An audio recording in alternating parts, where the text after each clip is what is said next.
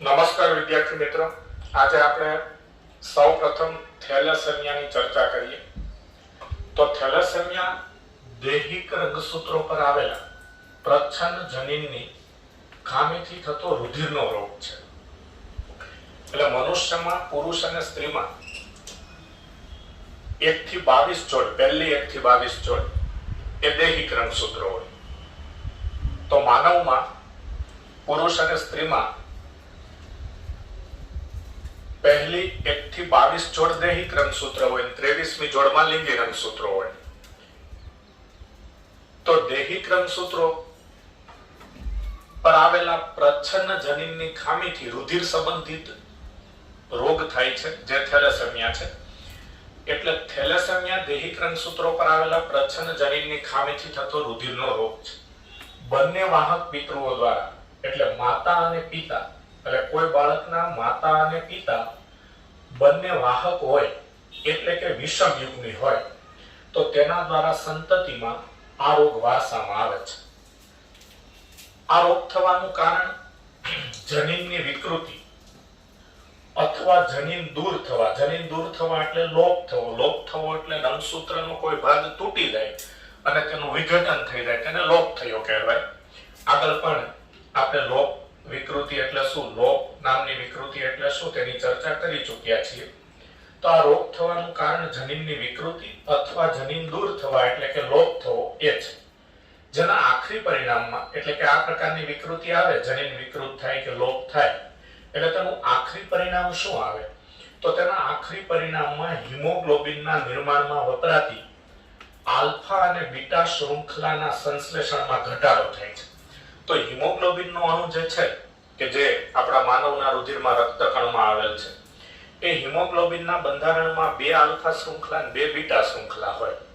તો આલ્ફા શૃંખલા અને બીટા શૃંખલાનું સંશ્લેષણ ઓછું થાય, તેનું ઉત્પાદન ઓછું થાય, જેથી હિમોગ્લોબિનના અસામાન્ય અણુઓ ઉત્પન્ન થાય, જેને પરિણામે એનિમિયા થાય, જે રોગનું એક લક્ષણ છે.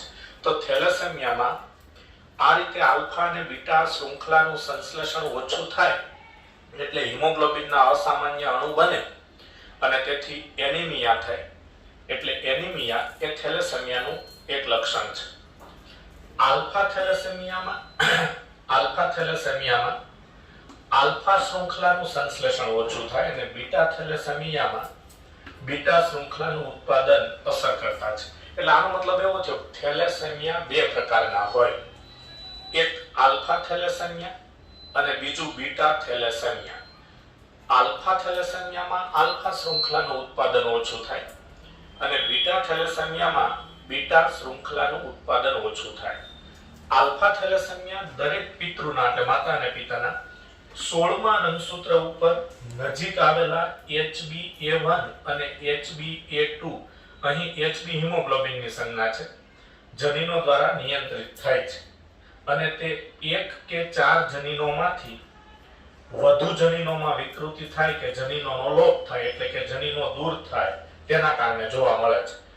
તો આ આકૃતિમાં આપણે જોઈ શકીએ છીએ કે આ દૈહિક રંગસૂત્રોની 16મી જોડ છે. દૈહિક રંગસૂત્રોની 16મી જોડ. તો આ 16મી જોડ પર A1 અને A2, એટલે HbA1 અને HbA2 બે નજીક રહેલા જનીનો છે. એટલે સમજાત રંગસૂત્રની જોડમાં 2 રંગસૂત્રો હોય તો બંને રંગસૂત્ર પર HbA1 અને HbA2 એમ 1, 2, 3 અને 4 કુલ 4 જનીનો આવેલા હોય. તો આ HbA1 અને HbA2 કે જે દૈહિક રંગસૂત્રોની 16મી જોડ પર ખૂબ જ નજીક રહેલા જનીનો છે, આ જનીનો થેલેસેમિયાનું નિયંત્રણ કરે છે. તે 1 કે 4 જનીનોમાંથી વધુ જનીનોમાં વિકૃતિ થાય કે જનીનો દૂર થવાને કારણે જોવા મળે છે.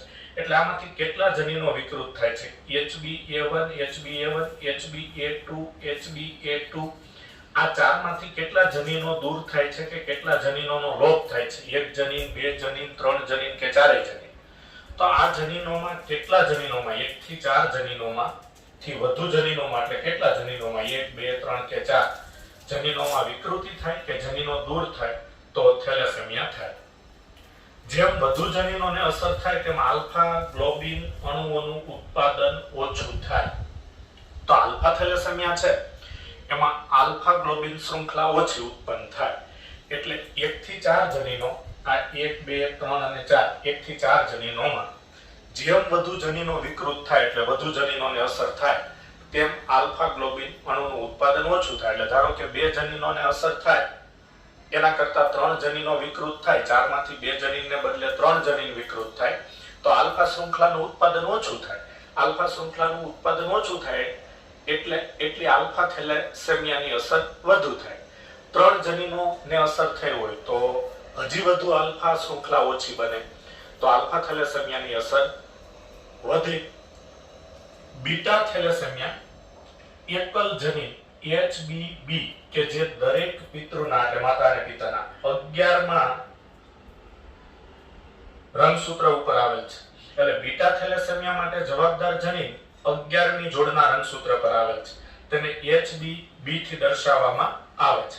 તેના દ્વારા નિયંત્રિત થાય છે અને તે એક અથવા બંને જનીન એટલે સમજાત રંગસૂત્રોની જે 11મી જોડ હોય તેમાં એક રંગસૂત્ર પર HBB હોય અને બીજા રંગસૂત્ર પર પણ HBB હોય. આ 11મી જોડ છે આ એનું સેન્ટ્રોમિયર, તો એક HBB અહીંયા હોય અને એક HBB અહીંયા હોય તો આ રીતે HBB બે જનીન હોય તો આ બંને જનીન એટલે કે એક અથવા બંને જનીનમાં વિકૃતિ કે દૂર થવાના કારણે થાય છે. એટલે આ HBB તો બંને રંગસૂત્ર પર એક HBB આવેલ છે તો કા બેમાંથી એકમાં કા બંનેમાં કોઈ વિકૃતિ આવે તો તેના કારણે બીટા થેલેસેમિયા થાય. થેલેસેમિયા ગ્લોબિનના અણુના સંશ્લેષણની માત્રાત્મક સમસ્યા છે. કારણ કે આપણે ચર્ચા કરી તે પ્રમાણે કે થેલેસેમિયા જેને હોય એના રુધિરમાં હિમોગ્લોબિનના બંધારણમાં રહેલી આલ્ફા શૃંખલા અને બીટા શૃંખલાનું સંશ્લેષણ ઓછું થાય. એટલે કે હિમોગ્લોબિન પ્રોટીનનું સંશ્લેષણ ઓછું થાય, હિમોગ્લોબિન પ્રોટીનનો જથ્થો ઘટે. એટલે થેલેસેમિયા એ ગ્લોબિનના અણુના સંશ્લેષણની માત્રાત્મક સમસ્યા છે. જ્યારે સિકલ સેલ એનેમિયા કે જેમાં રક્તકણ દાતરડા જેવા આકારના થઈ જાય, જેની ચર્ચા આગળના લેક્ચરમાં આપણે કરી ચૂક્યા છીએ, એ ખોટી રીતે કાર્ય કરતા ગ્લોબિનના સંશ્લેષણની ગુણાત્મક સમસ્યા છે. એટલે કે સિકલ સેલ એનેમિયા હોય તેમાં હિમોગ્લોબિનના બંધારણમાં આવેલ બીટા ગ્લોબિન શૃંખલાના છઠ્ઠા સ્થાને જ્યાં ગ્લુટામિક એસિડ આવવું જોઈએ ત્યાં વેલાઇન નામનો એમિનો એસિડ આવી જાય છે. એટલે સિકલ સેલ એનેમિયા એ ખોટી રીતે કાર્ય કરતા ગ્લોબિનના સંશ્લેષણની ગુણાત્મક સમસ્યા છે. એટલે થેલેસેમિયા અને સિકલ સેલ એનેમિયા બંને રુધિર સંબંધિત ખામીઓ છે. બંનેમાં હિમોગ્લોબિનને અસર થાય છે. તો હવે સવાલ એ છે કે તો થેલેસેમિયા અને સિકલ સેલ એનેમિયામાં ફરક શું? તો થેલેસેમિયામાં ગ્લોબિન અણુનું ઉત્પાદન ઓછું થાય છે એટલે કે હિમોગ્લોબિનનો જથ્થો ઘટે છે. એટલે તે માત્રાત્મક સમસ્યા છે. અને સિકલ સેલ એનેમિયામાં જે હિમોગ્લોબિન બને છે ખોટી રીતે કાર્ય કરતું હિમોગ્લોબિન બને છે. કારણ કે તેમાં બીટા શૃંખલામાં છઠ્ઠા સ્થાને જ્યાં ગ્લુટામિક એસિડ નામનો એમિનો એસિડ આવવો જોઈએ ત્યાં વેલાઇન આવી જાય છે.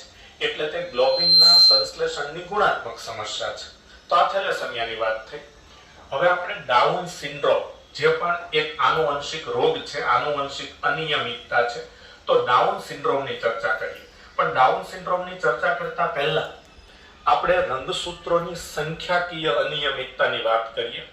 તો રંગસૂત્રોની સંખ્યાકીય અનિયમિતતાને પ્લોઇડી કહેવાય. એટલે કોઈ વ્યક્તિના શરીરમાં આવેલા કોષોમાં રંગસૂત્રોની સંખ્યામાં વધઘટ થયેલી હોય તો એને પ્લોઇડી કહેવાય. દાખલા તરીકે એક વ્યક્તિ એવી છે કે તેના દરેક કોષોમાં રંગસૂત્રો 46 સામાન્ય સંખ્યા માનવમાં 46 છે, દ્વિકીય સંખ્યા. તો કોઈ એક વ્યક્તિ એવો છે કે તેના દરેક કોષોમાં રંગસૂત્રોની સંખ્યા 46 ને બદલે 47 છે, એટલે કે એક રંગસૂત્ર વધારે છે. કોઈ વ્યક્તિમાં તેના દૈહિક કોષોમાં રંગસૂત્રોની સંખ્યા 46 હોવી જોઈએ, 46 હોવી જોઈએ, કે જે સામાન્ય સંખ્યા છે, તેના બદલે 45 છે, એટલે કે એક રંગસૂત્ર ઓછું છે.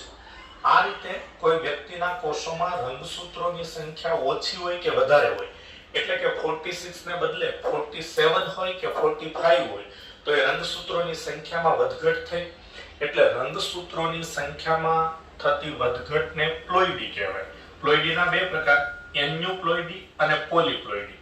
પોલિપ્લોઇડી સામાન્ય રીતે વનસ્પતિમાં જોવા મળે. પોલિપ્લોઇડીમાં એવું હોય કે સમવિભાજનની ક્રિયા થતી હોય ત્યારે અંત્યાવસ્થા પછી, એટલે અંત્યાવસ્થા એ કોષ કેન્દ્ર વિભાજનનો અંતિમ તબક્કો છે, એ અંત્યાવસ્થા પછી કોષ રસ વિભાજન ન થાય, એટલે કે કોષ કેન્દ્ર વિભાજન થાય પણ કોષ રસ વિભાજન ન થાય ત્યારે રંગસૂત્રોની સંખ્યા ખૂબ વધી જાય છે. તેને પોલિપ્લોઇડી કહેવાય. પોલિપ્લોઇડી એ વનસ્પતિમાં સામાન્ય રીતે જોવા મળે છે અને પોલિપ્લોઇડી ધરાવતી વનસ્પતિમાં બીજ, ફળ, પર્ણો એ વજનદાર અને મોટા કદના બને છે.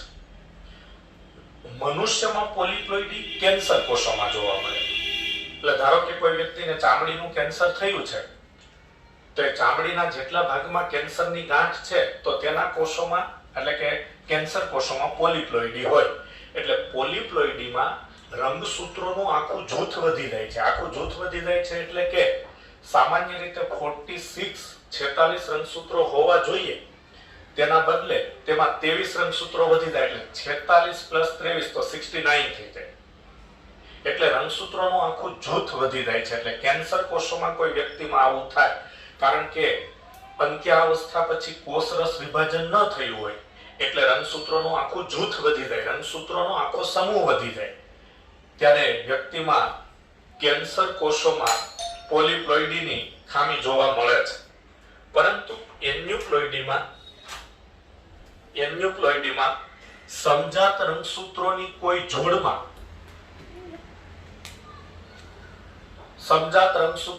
જોડમાં એક કે બે રંગસૂત્રોની વધઘટ થાય છે.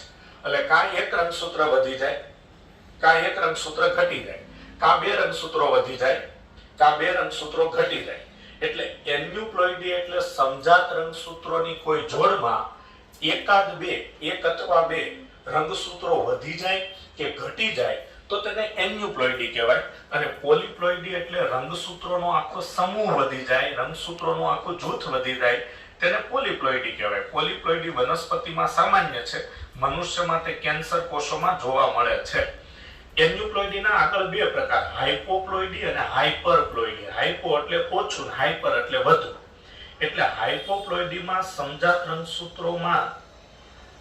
રંગસૂત્રોની જોડમાં એકાદ બે રંગસૂત્રોનો ઘટાડો થાય છે અને હાઇપરપ્લોઇડીમાં સમજાત રંગસૂત્રોની જોડમાં એકાદ બે રંગસૂત્રોનો વધારો થાય છે. હાઇપોપ્લોઇડીના આગળ બે પેટા પ્રકાર છે, મોનોસોમી અને નલિસોમી. મોનોસોમી એટલે સમજાત રંગસૂત્રોની કોઈ જોડમાં એક રંગસૂત્ર ઓછું હોય, એટલે જોડમાં બે રંગસૂત્રો હોવા જોઈએ તેના બદલે એક જ રંગસૂત્ર હોય, એટલે કે એક રંગસૂત્ર ઓછું હોય તો તેને મોનોસોમી કહેવાય. તેને 2n-1 થી દર્શાવાય. નલિસોમી એટલે સમજાત રંગસૂત્રોની કોઈ જોડમાં બે રંગસૂત્રો ઓછા હોય, એટલે કે આખી જોડ જ ન હોય, એટલે તેને 2n-2 થી દર્શાવાય. આ ખૂબ ઘાતક વિકૃતિ છે. હાઇપરપ્લોઇડી, હાઇપર એટલે વધારે, એટલે હાઇપરપ્લોઇડી એટલે સમજાત રંગસૂત્રોની જોડમાં એક કે બે રંગસૂત્રો વધારે હોય. તેના બે પેટા પ્રકાર છે, ટ્રાયસોમી અને ટેટ્રાસોમી. ટ્રાય એટલે 3, એટલે સમજાત રંગસૂત્રોની જોડમાં બે ને બદલે 3 રંગસૂત્રો હોય. બે ને બદલે 3 રંગસૂત્રો હોય એટલે કે એક રંગસૂત્ર વધારે હોય તો તેને ટ્રાયસોમી કહેવાય, 2n+1. અને ટેટ્રાસોમી, ટેટ્રા એટલે 4, તો તેમાં સમજાત રંગસૂત્રોની જોડમાં બે ને બદલે 4 રંગસૂત્રો હોય, એટલે કે બે રંગસૂત્રો વધારે હોય તો તેને ટેટ્રાસોમી કહેવાય. તેને 2n+2 થી દર્શાવાય. તો આ એન્યુપ્લોઇડી થવાનું કારણ શું હોય છે? તો એન્યુપ્લોઇડી થવાનું કારણ એ હોય છે કે જ્યારે સમવિભાજનની ક્રિયા ચાલતી હોય ત્યારે તેની ભાજનોત્તર અવસ્થામાં રંગસૂત્રના સેન્ટ્રોમિયરનું વિભાજન થાય, એટલે રંગસૂત્રિકાઓ છૂટી પડે અને પછી એ રંગસૂત્રિકાઓ ત્રાકતંતુ ટૂંકા થવાથી કોષના ધ્રુવ પ્રદેશ પર જાય અને ત્યારબાદ ત્યાં તે રંગસૂત્રમાં ફેરવાય. પણ સમવિભાજનની ભાજનોત્તર અવસ્થામાં સેન્ટ્રોમિયરનું વિભાજન ન થાય તો એન્યુપ્લોઇડી થવાના ચાન્સ રહે છે. અર્ધીકરણની ભાજનોત્તર અવસ્થા 1માં, ભાજનોત્તર અવસ્થા 1માં ત્રાકતંતુ સંકોચન પામી ટૂંકા થવાને કારણે સમજાત રંગસૂત્રો જોડમાંથી છૂટા પડે છે. તો ભાજનોત્તર અવસ્થા 1 માં સમજાત રંગસૂત્રો જોડમાંથી છૂટા પડે છે અને દરેક કોષમાં જોડનું એક એક રંગસૂત્ર આવે છે, પરંતુ આખી જોડ નથી આવતી. જો સમજાત રંગસૂત્રો જોડમાંથી છૂટા ન પડે ભાજનોત્તર અવસ્થા 1 વખતે, તો એન્યુપ્લોઇડી પ્રજનન કોષોમાં થાય. હવે ડાઉન સિન્ડ્રોમની ચર્ચા કરીએ આપણે. તો ડાઉન સિન્ડ્રોમ એ દૈહિક રંગસૂત્રોની 21મી જોડની ટ્રાયસોમીને કારણે થતી આનુવંશિક અનિયમિતતા છે. તો દૈહિક રંગસૂત્રોની 21મી જોડમાં ટ્રાયસોમી થાય. ટ્રાયસોમી થાય એટલે એક રંગસૂત્ર વધારે હોય, એટલે જોડમાં હોવા જોઈતા 2 રંગસૂત્રોને બદલે 3 રંગસૂત્રો હોય. એટલે 21મી જોડમાં ટ્રાયસોમી થવાને કારણે ડાઉન સિન્ડ્રોમ નામની ખામી થાય છે. આ વ્યક્તિનો કેરિયોટાઇપ જોવામાં આવે. કેરિયોટાઇપ એટલે આપણે જાણીએ છીએ કે દૈહિક કોષમાં આવેલા બધા જ રંગસૂત્રો 23 જોડ રંગસૂત્રોને તેના કદના ઉતરતા ક્રમમાં ગોઠવવામાં આવે તેને કેરિયોટાઇપ કહેવાય. એટલે રંગસૂત્રોની તેના કદના ઉતરતા ક્રમમાં થતી ગોઠવણી એટલે કેરિયોટાઇપ. તો જો ડાઉન સિન્ડ્રોમ ધરાવતી વ્યક્તિનો કેરિયોટાઇપ જોવામાં આવે તો તેના કેરિયોટાઇપમાં 47 રંગસૂત્રો જોવા મળે. કારણ કે 21મી જોડમાં ટ્રાયસોમી છે. 21મી જોડમાં ટ્રાયસોમી છે એટલે એક રંગસૂત્ર વધારે છે, એટલે તેમાં 47 રંગસૂત્રો જોવા મળે છે. આ ખામીનું સૌપ્રથમ વર્ણન 1866માં લેંગડન ડાઉન નામના વૈજ્ઞાનિક દ્વારા કરવામાં આવ્યું હતું. હવે તેના લક્ષણો જોઈએ તો જે વ્યક્તિને ડાઉન સિન્ડ્રોમની ખામી હોય તે વ્યક્તિનું કદ ટૂંકું હોય, એટલે વ્યક્તિની હાઈટ ઓછી હોય, ઠીંગણા વ્યક્તિ હોય અને તેનું માથું ગોળ હોય. તેની જીભ ખાંચાયુક્ત તિરાડવાળી હોય અને મોટી હોય. તો ખાંચાયુક્ત તિરાડવાળી મોટી જીભ અને મુખ આંશિક ખુલે છે, એટલે મોઢું તેનું ઓછું ખુલે છે. હથેળી પહોળી અને લાક્ષણિક ગળીઓ વાળી હોય છે.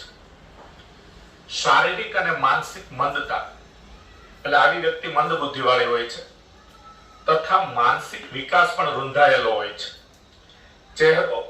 ચહેરો મોટો અને ચપટો હોય છે. જન્મથી જ હૃદય સંબંધિત ખામી હોય છે. આંગળીઓના છેડા પર ઘણી ગળીઓ હોય છે. શીર્ષનો પાછળનો ભાગ ચપટો હોય છે. તો આ વાત થઈ ડાઉન સિન્ડ્રોમની.